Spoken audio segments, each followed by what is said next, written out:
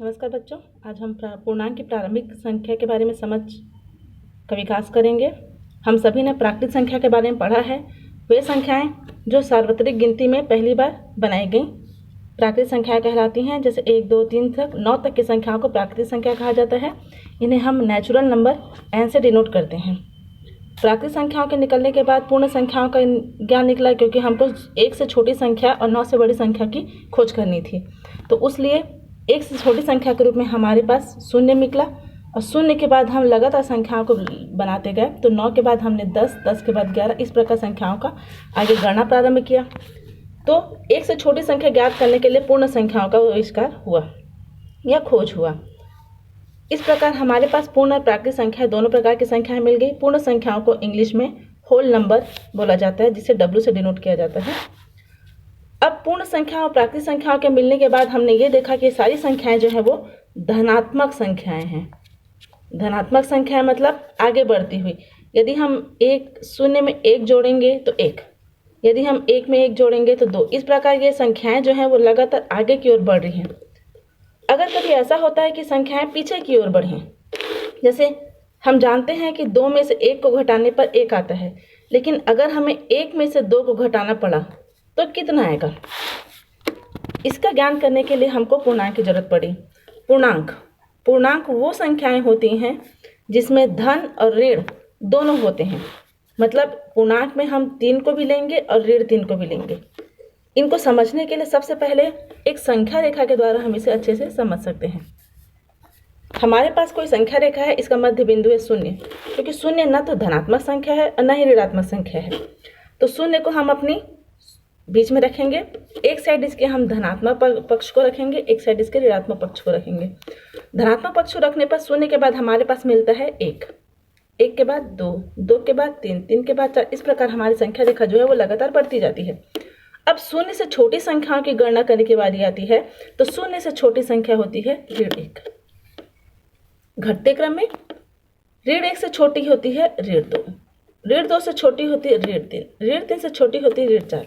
इस प्रकार जब हम लोग धनात्मक पक्ष की ओर बढ़ते हैं तो संख्याओं का मान जो है वो बढ़ता जाता है। लेकिन जब हम ऋणात्मक पक्ष की ओर बढ़ते हैं तो संख्याओं का मान जो है वो घटता जाता है। अर्थात हम जानते हैं कि 1 से बड़ी संख्या है 2, लेकिन ऋण 1 से छोटी होती है ऋण 2। मतलब ऋणात्मक संख्या में जितनी बड़ी संख्या ऋण के साथ उतनी छोटी, और धनात्मक संख्या में बड़ी छोटी का मान तो हम समझते हैं। इस प्रकार पूर्णांक का जो मुख्य उद्देश्य था वो संख्याओं को धनात्मक और ऋणात्मक दोनों रूप में प्रदर्शित करने के लिए इस्तेमाल किया जाने लगा। मान लीजिए हमारे पास कोई उदाहरण स्वरूप ऐसा प्रश्न है कि हमने 5 में से 3 को घटाना। उदाहरण तौर पे हम लेते हैं 5 में से 3 को घटाना। 5 में से 3 को घटाने पर हमको प्राप्त होता है 2। 7 में से 5 को घटाने पर हमें प्राप्त होता है 2। 4 में से 3 को घटाने पर हमें प्राप्त होता है 1। 5 में से 1 घटाने पर हमें प्राप्त होता है 4। ये सामान्य घटाओं के क्रम है जिनके बारे में हम पहले ही अध्ययन कर चुके हैं। अब हम पूर्णांक के आधार पर लिखेंगे। मान लीजिए हमारे पास प्रश्न है 3 ऋण 5। अब हम 3 ऋण 5 को किस प्रकार से घटाएंगे? 3 ऋण 5 को घटाने के लिए हमको संख्या रेखा का ज्ञान होना आवश्यक है। ठीक है, तो 3 ऋण 5 को घटाने के लिए हम सबसे पहले संख्या रेखा की ओर बढ़ेंगे। आप एक बार संख्या रेखा में इसे बनाना सीख जाएंगे तो उसके बाद आप इसे मौखिक भी बना सकते हैं। 0, ये हो गया 1, 2, 3, 4, और ये हो गया हमारे पास 5 तक की है। हम आगे और ले सकते हैं। उसके बाद ये हो गया ऋण 1, ऋण 2, ऋण 3, ऋण 4, ऋण 5। इस प्रकार हमने एक संख्या रेखा बनाई है। इस संख्या रेखा में हमको 3 ऋण 5 को दर्शाना है।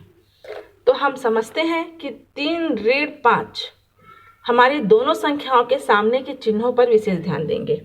हम देखते हैं कि 5 के सामने वाला चिन्ह ऋण है, जबकि 3 के सामने किसी भी प्रकार का कोई भी चिन्ह नहीं दर्शाया गया है। अर्थात जहाँ पर चिन्ह नहीं दर्शाए जाते हम वहाँ पर धन मानते हैं। तो धन 3 ऋण 5 इसको घटाना है। तो सबसे पहले हम अपनी संख्या रेखा में चलना शुरू करेंगे। धन 3 हम 0 से 3 की ओर चलेंगे, धनात्मक संख्या की ओर। ये रहा धन 3, हम 3 में पहुंच गए। अब ऋण 5, हम ऋण 5 कदम पीछे आएंगे। तो हम 3 से उठे और 1 2 3 4 5 कदम पीछे आए। ये हो गया ऋण 2।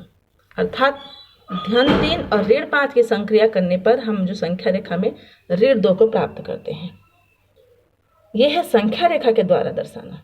इस प्रकार हम किसी भी संख्याओं को धनात्मक और ऋणात्मक पक्ष को लेके सिर्फ चिन्ह को ध्यान रखना है, आराम से दर्शाया जा सकता है।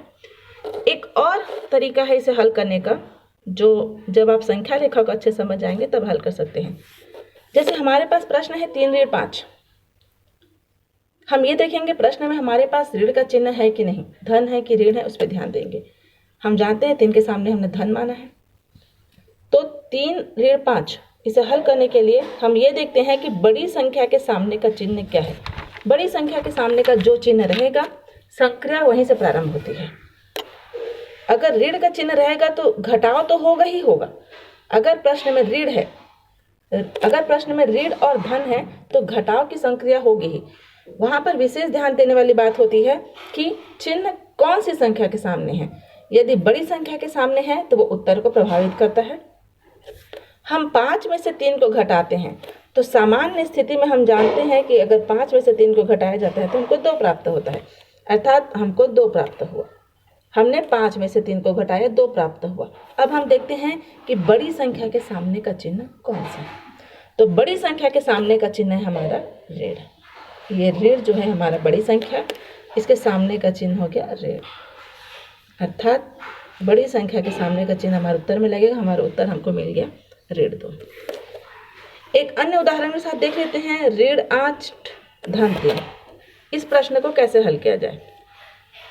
तो हम पहले देखते हैं हमारे सवाल में बड़ी संख्या के सामने का चिन्ह क्या है, ऋण, अर्थात उत्तर में ऋण लगेगा। अब हम 8 में से 3 को घटाएंगे तो हमको मिलेगा 5।